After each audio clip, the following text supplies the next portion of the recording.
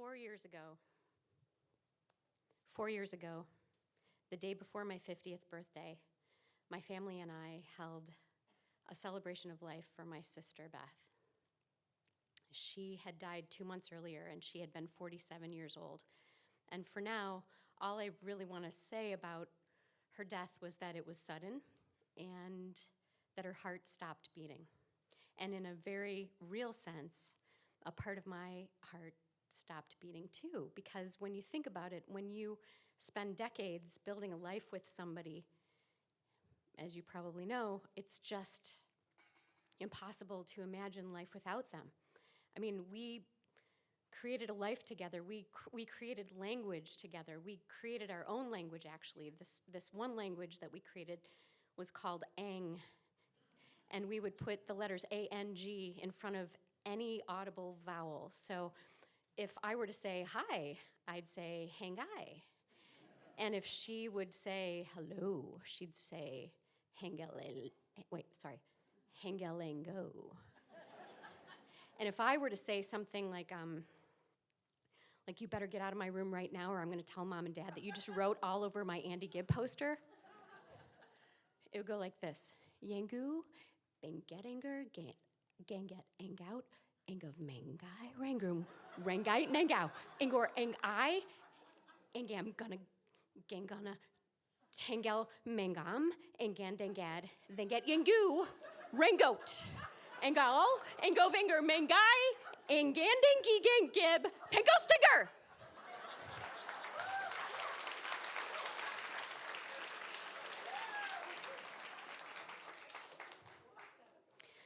So,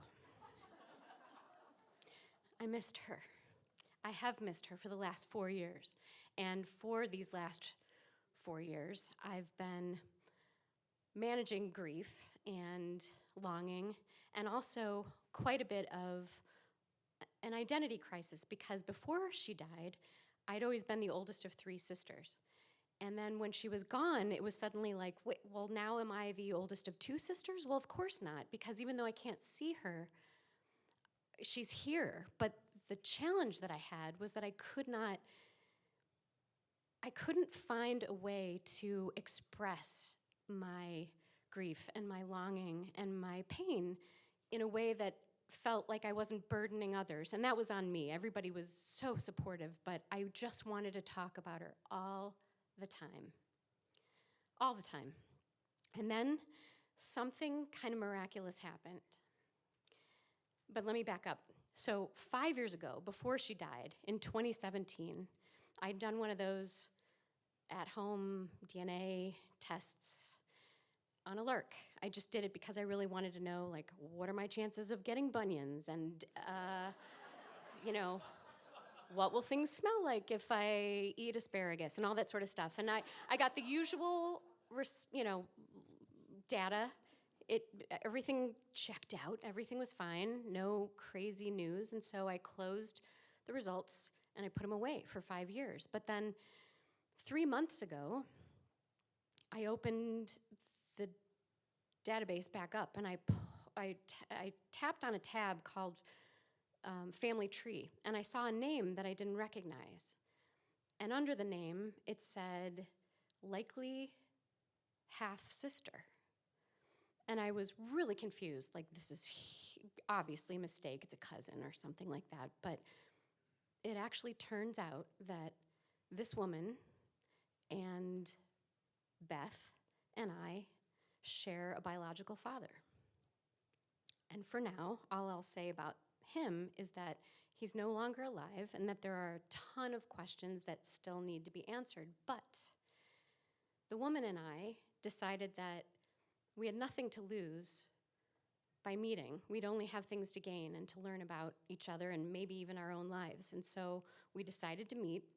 And when she walked in the door and I saw her for the first time, what I was not expecting was to see somebody who had the identical body type as my late sister Beth, and the same shiny brunette hair, and the same sparkling blue eyes, and fair complexion, and megawatt smile. In 2018, I'd lost a sister, and then suddenly in 2022, I found a sister. But the thing that blew me away is that both of my sisters were born with the name Elizabeth. So Elizabeth and I are building our own relationship and our own language. She calls me Sissy. I call her my sister gift. We both say I love you when we hang up a Zoom call or text. And I've recently added her birthday to my calendar and put a reminder for every year. And I know that when I look at that date, it will always be, in my mind, our amazing, miraculous celebration of life. Thank you.